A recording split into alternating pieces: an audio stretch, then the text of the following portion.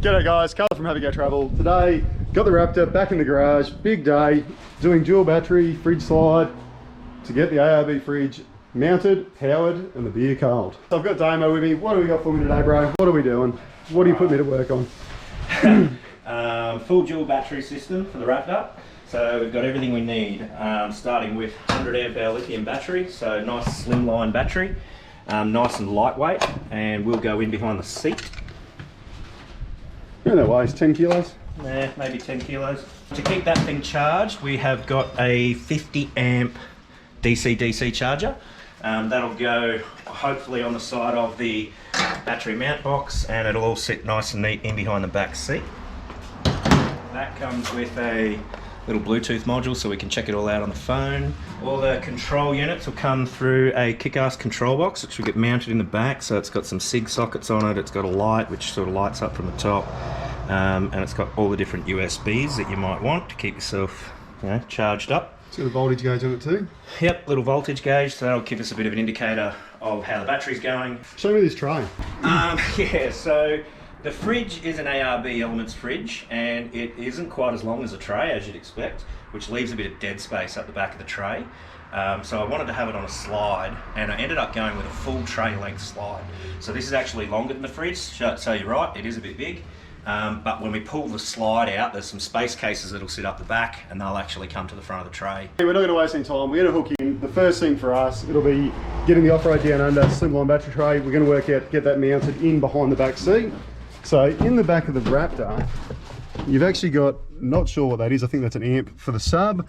So over here where the jack is, we are going to pull the jack out, see if we can mount the battery tray in behind the seat there. Getting a 100 hour lithium battery in behind the seat here isn't necessarily the easiest thing. I did look at those ultra slimline batteries, you'll see a few of them, but they're actually too long to fit in this compartment. So if you have a look here, there's a speaker, and then it has a hinge where the seat operates. And the longer, wider, much slimmer batteries actually won't fit in that gap. There's other ways you could potentially mount them, but I went with the regular slimline battery. It is not Raptor specific, so there's going to be a little bit of work in getting this in. The battery cradle is now in. It was an absolute prick to get the rib nuts in. So we ended up taking the back of the seat out, just to give it a bit more room. One thing that's worth mentioning, not only did we have to pull the seat out, but you've got to move the jack. Yes. So the whole jack has to move. And there's actually a mounting plate that's still there, which is a little bit hard to negotiate, but you can. We got the wiring just loosely run, so the wiring DC-DC charger, actually conduited it and retaped it.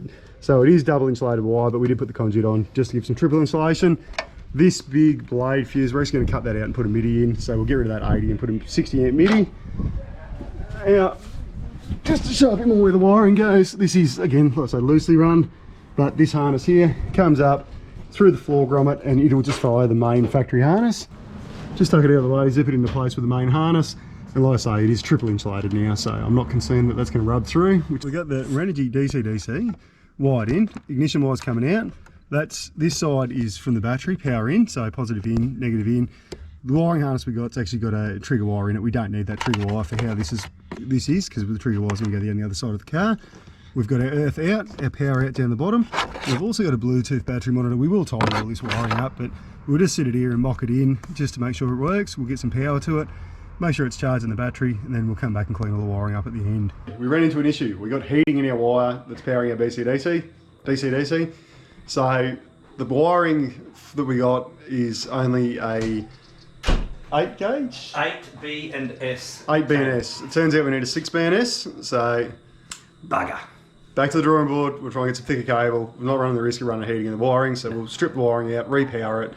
But let's put the fridge slide in. So we ran into a few problems yet again, but we've got the concept mapped out. So the slide's now in, fridge is just loosely strapped in. Got the front runner wolf packs. Wolfpack. It is actually a bloody cool name for a tub. So don't mind the dodgy straps over the top, but you can see the concept. Show me how that works. So we've also got the extender table. So really, it's going to be quite the good setup. So the ability to put your cooker there or prep your food there, cooker there, throw it over the fridge, get in the fridge. And the key to this slide is when the load lid goes on, it's actually the whole fridge opens up outside of the lid. So what we ended up doing is we had the intentions to nut-sert the rails in. We actually just put techies in there to start with, just to rough it in. We're going to have to get a little bit of packing. The way the runners sit across the ridges of the trays is it sits on one but sits in between two, so we'll actually pack that side up with some alloy flat bar. But we think we're just going to get some longer techies because it is actually much stronger than what I expected. But concept-wise, I think it's good. I think you've nailed this. You happy with it? Yep, absolutely. And when the load lid goes on, the best part is it'll all sit clean below the lid. Beautiful. Alrighty, day 2. Location change, our demos. Got a few things to fix our issues now. So we ended up going massive heavy duty wire. Now, this is going to be overkill, right? This is a 2 BNS wire. So it works out to be like a 4 gauge, 2 gauge, something like that. Yeah, we'll re-strip all this, get the wiring in, and hopefully we'll have our power issue sorted and no heating in the wire, but we'll see what happens. First job, we're going to pull this side of the fridge side and we're going to put some alloy flat bar under it, lift it up. So we've actually got 2 different lengths, or 2 different sizes should I say. So we've got a 32mm wide and we've got a 50mm wide. So the idea behind that is we've actually got a little ridge, if you can just see it there. So 32mm piece under there, and we stack 2 50s on it, and then we're just going to texture straight through all 3 pieces of bar, and then that'll jack it up and get it sitting level, because it's just on the piss a bit and it just doesn't look quite right. All bolted in now.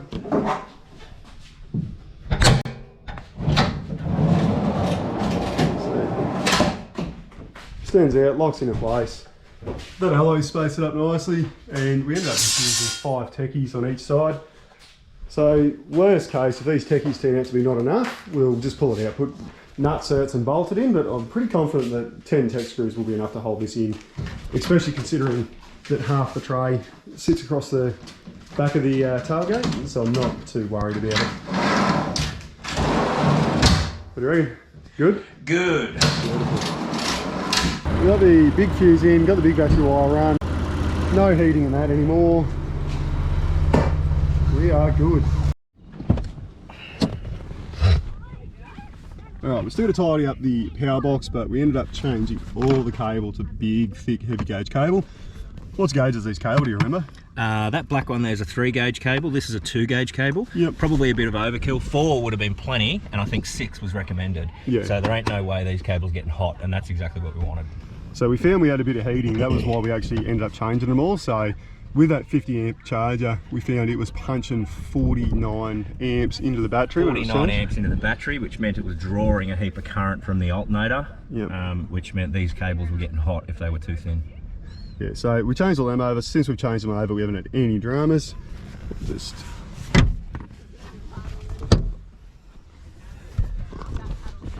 okay. Same here, so that big thick one is coming straight off the charger, so that's carrying a 50 amp charge. These are just the earth cables, and this is the power lead with a 80 amp fuse in it, which is running off to the power box at the back. And this is where we earthed it to the back of the car. So we just pulled the child anchor point and pulled it apart, and then just earthed it in the back there, just tucked up nicely out of the way. Got the battery cradle, the battery in there, everything sits nicely behind the seat. You see that there is a bit of depression on the seat, but nothing too major. Yeah, it does provide a little bit of extra support in the backrest, because if you can, I'd probably recommend you try and go an ultra slim. If I had my time again, I probably wouldn't bother with the cradle that it's sitting in, because that was a couple of $100 extra bucks, and it was a bit of a pain to try and mount. And to be honest, you could have done it way easier without a cradle. Now, all we did, so power, literally, there's a grommet in the wall back here, in the back of the tray. Can't quite see it, but we basically just fed the wire, pulled the grommet, turned the grommet around, put the wire through it, reset the grommet, dropped the wiring down, went up over in the wheel arch, zipped everything up out of the way, and literally come back to the Ford power panel, which we then pulled out and put the Kickass box in there. Got a metal plate cut and then bolted her in. This Kickass box is actually kind of cool. It's got light on the top. It's got all USB outlets, a couple of SIG sockets, a couple of endos underneath, But yeah, that came up quite tidy. So we eventually got there. We got power to the fridge. One thing I will say, that Kickass box is a cool bit of kit. A little bit expensive. What did that cost you? That was $190. It's not too bad actually. 190 bucks, wasn't bad. It's all fused, it's got everything. It was just easy. We didn't have to muck around. We basically just plugged it into the battery at the back, cabled it to the battery, job done. I think after pulling the Ford factory panel apart, you could definitely just step it out and put a heap of extra sockets on there. There's plenty of space back there, there's plenty of room. Here's what it's all about. So the hard lid had to go on, the power had to go in, and we had to get all the dimensions right so we could run this bad boy. Full ARB 60 litre fridge freezer on a full length slide. Slide's designed so that the fridge could completely clear the lid without having to open the lid.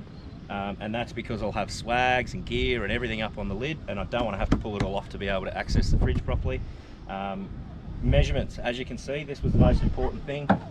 Had to get all the heights right because, you know, we slide, fridge, and then obviously the lid to make sure everything was nice and flush. Very few combinations that I could actually find that fit the fridge.